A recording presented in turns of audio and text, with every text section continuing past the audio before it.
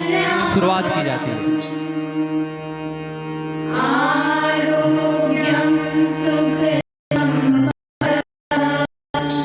जिंदगी के सफर में बदल जाते हैं वो मुकाम, वो फिर नहीं आते, फिर नहीं आते।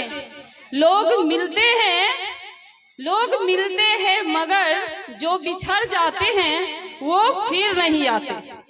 की मोबाइल की जरूरत नहीं, पहले उसका सदुपयोग करें, दुरुपयोग नहीं होना चाहिए बच्चे का मोबाइल के द्वारा। हम लोग मोबाइल देके बच्चे को फ्री हो जाते हैं, चलो मोबाइल दे दिए, बच्चा अपना खाना खा रहा है नहीं खा रहा है, इस सब है। बच्चे पे 1 घंटा कम से कम आप सभी को ध्यान देने की जरूरत है। अभी बच्चे देख रहे हैं, आप देख रहे हैं कि आज 15-20 दिन से जो है छोटे छोटे बच्चे कितने मेहनत करके आज प्रैक्टिस कर रहे होंगे। और बहुत ही ये लगता है अच्छा, जो बच्चे जो हमारे सामने में जो घर में लोग नहीं कर पाते, और आप समझिए कि बच्चे का आत्मबल इतना बढ़ जाता है, जो बच्चे जो है घर में हम लोग के सामने डांस नहीं कर पाते, परफॉर्मेंस नहीं कर पाते हैं, यहाँ सैकड़ों लोग के मंच पे, खुले मंच पे बच्चे अपना परफॉर्मेंस दिखाते हैं। आप समझिए कि बच्चे का आत्मबल इस स्कूल के द्वारा कितना बच्चे को शिक्षा के साथ भी जो है कितना मैनेजमेंट टीम स्कूल का है, जो आप यहाँ पे शिक्षा में पुनः जो है दार्जिलिंग पब्लिक स्कूल टीम के सारे प्रिंसिपल, डायरेक्टर और टीचर सभी का धन्यवाद, बहुत बहुत आभार।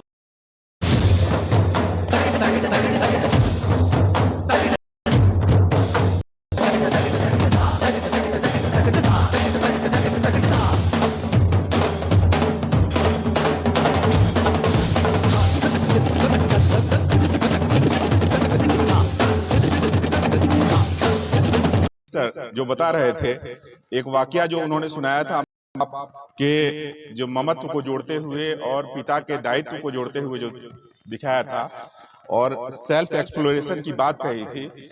अभी बच्चों का जो कार्यक्रम चल रहा था, कार्यक्रम के क्रम में ही एक वाकया याद आ गया। हम लोग जब बच्चे थे तो एक कहावत कहा जाता था, जो यदि बच्चा खेलता कूदता ज्यादा था, पढ़ाई कम करता था, तो वो एक फेकड़ा कहिए, कहावत कहिए, पढ़ोगे लिखोगे होगे नवाब, खेलो कूदोगे होगे खराब।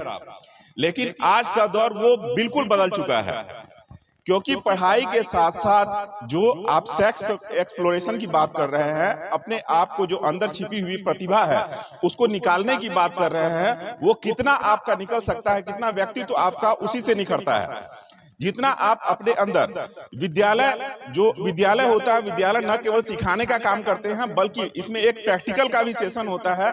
मतलब आपने जो सीखा है उसे करके भी देखिए, कहने का मतलब यही है कि बच्चे जो यहाँ परफॉर्मेंस दे रहे हैं, तो कहीं ना कहीं उनकी जो छिपी हुई प्रतिभा है, उनका कॉन्फिडेंस है, वो निकल के बाहर आ रहा है। और आज के समय में यह बहुत जरूरी है, क्योंकि केवल सीखना ही इम्पोर्टेंट नहीं है, उसको जितना आप इम्प्लीमेंट कर सकते हैं अपने अंदर, कहीं भी आपको झिझक नहीं हो किसी स्टेज पे जाकर के आपको बोलने में। क्योंकि आज के दौर में कोई भी एग्जाम होता है, उसमें स्टेजेस होते हैं, प्रीलिम्स होता है, मेंस होता है, इंटरव्यू होता है।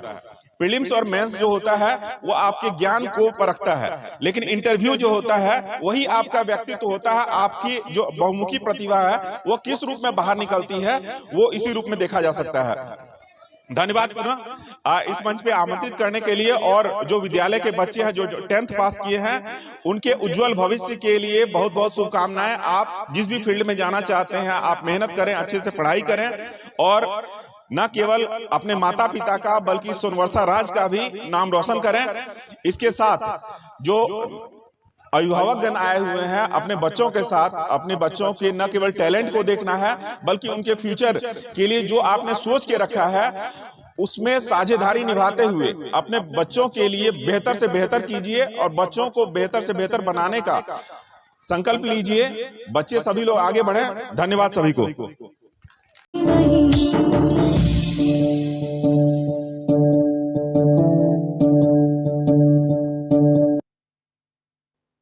स्वागत करते हुए, और अब तो ताली बजाएं, आप लोग एक बार और ताली बजा दें, एक प्यार स्नेह का इसी तरह से जो है माहौल को बनाए रखें। मेनली है कि आज जो पास आउट हुए हैं यहाँ से, जो बच्चे 10वीं का परीक्षा देकर जो यहाँ से पास आउट होकर गए हैं, उनके लिए सम्मान समारोह भी है, और हम लोगों के उपस्थिति में उनका प्रोग्राम भी रखा गया। अच्छा से तैयारी करके छोटे छोटे बच्चे और बड़े बच्चों का भी कार्यक्रम बहुत अच्छा से, बहुत काफ़ी मेहनत करके रखा गया है।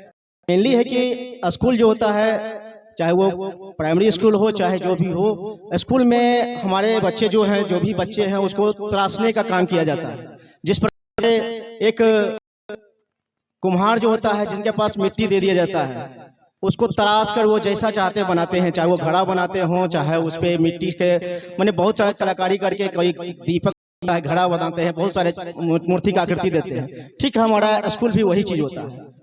ननिहाल को हम लोग स्कूल में देते हैं और वहाँ पे हमारे शिक्षकगण अपने तजुर्बों से, अपने शिक्षा के कौशल से बच्चों को तराशते हैं और उसको विभिन्न शैक्षणिक सत्य में शामिल करते हुए उन्हें इतना ज्ञान देते हैं, इतना समय पढ़ाते हैं, जिसमें हर चीज की, समाज का हर क्षेत्र का ज्ञान देते हुए उसे परिपक्व करते हैं। और यही वो स्कूल है जहाँ से लोग तैयार होकर उच्च शिक्षा के लिए यहाँ से प्रस्थान करते हैं। कोई यहाँ से जाकर अपने जिसको जिस सेशन में जिसको जो अच्छा लगता है उस हिसाब से जाते हैं। कोई साइंस में अगर कोई अच्छा कर रहा है तो डॉक्टर बनते हैं, कोई इंजीनियर, कोई अच्छा है तो IAS भी बनते हैं। यहाँ से छोटी सी गांव से भी लोग अच्छा पढ़ाई कर अच्छे मेहनत कर वो देश के सेवा में ऊंचे ऊंचे पद पर जाते हैं और माँ बाप तथा उस गुरु का सम्मान देते हैं, सम्मान को प्राप्त होते हैं। फिर उस बच्चे को देखने के बाद जब वो गांव में आते हैं तो हमारे शिक्षक, हमारे जो माता पिता, वो हर्ष से गौरवान्वित होकर ये कहते हैं कि ये वही बच्चा है जो डीजे पब्लिक स्कूल से, दार्जिलिंग पब्लिक स्कूल से पढ़े हैं और आज इस मुकाम पे हैं। लोग कहेंगे, यही कहेंगे कि इस स्कूल से पढ़ के आज यहाँ के IAS बने हुए हैं और देश का सेवा कर रहे हैं। ऊंचे संस्थान में वैज्ञानिक बने हुए हैं और वो वैज्ञानिक बनकर देश के सुरक्षा यंत्र को मजबूत किए हुए हैं, देश की रक्षा में काम कर रहे हैं। ये वही व्यक्ति है, यही बच्चा है जो यहाँ से पढ़े हैं और वो अच्छे इंजीनियरिंग का कोर्स करके बढ़िया से देश की सेवा कर रहे हैं। ऐसा ही है, बस इसमें है कि माताएं पिता अपने बच्चों को सही समय पर मार्गदर्शन करें। गुरु तो स्कूल में जो है शिक्षक पढ़ाते ही है, सभी विषयों को पढ़ाते हैं, लेकिन इनको यूटिलाइज जो होता है घर में जो माता पिता है वो उस पर ध्यान देकर कर सकते हैं कि क्या होमवर्क मिला है, किस प्रकार से होमवर्क है, कितना मिला है। प्रत्येक दिन उसका काउंसलिंग करना चाहिए कि आज कितना होमवर्क बना है, बच्चा वो कर रहा है कि नहीं कर रहा है।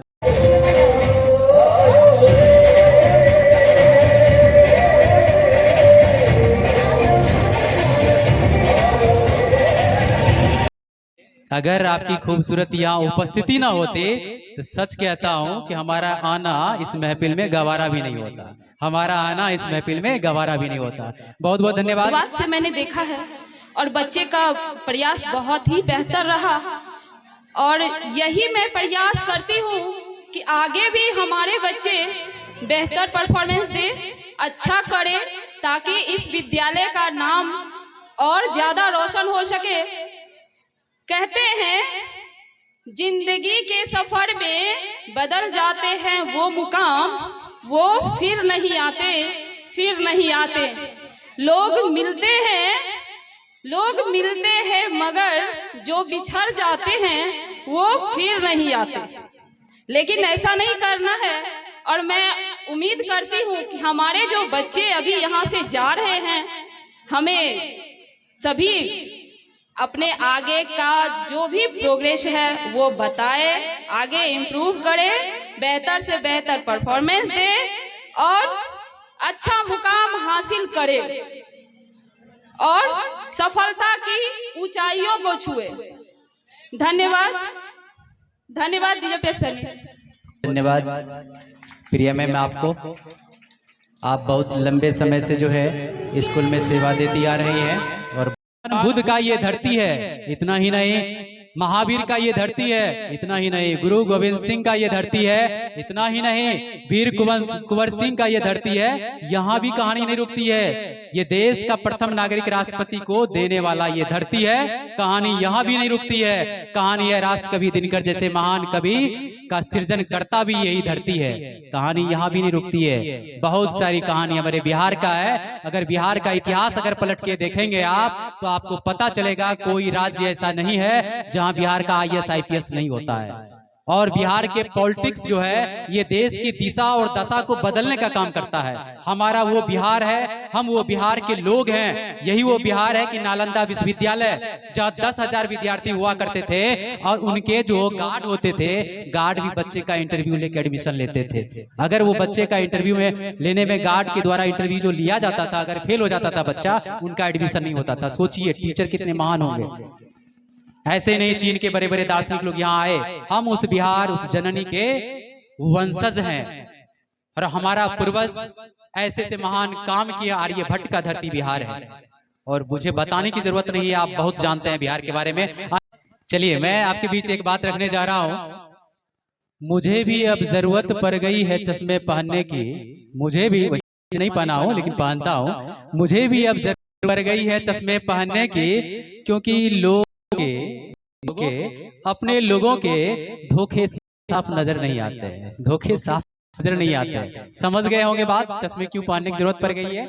कि नवीन सर, आप इतने मेहनत किए इस प्रोग्राम को सफल बनाने के लिए और बहुत सारे आपसे इस प्रोग्राम के माध्यम से हमको सीखने के लिए भी मिला।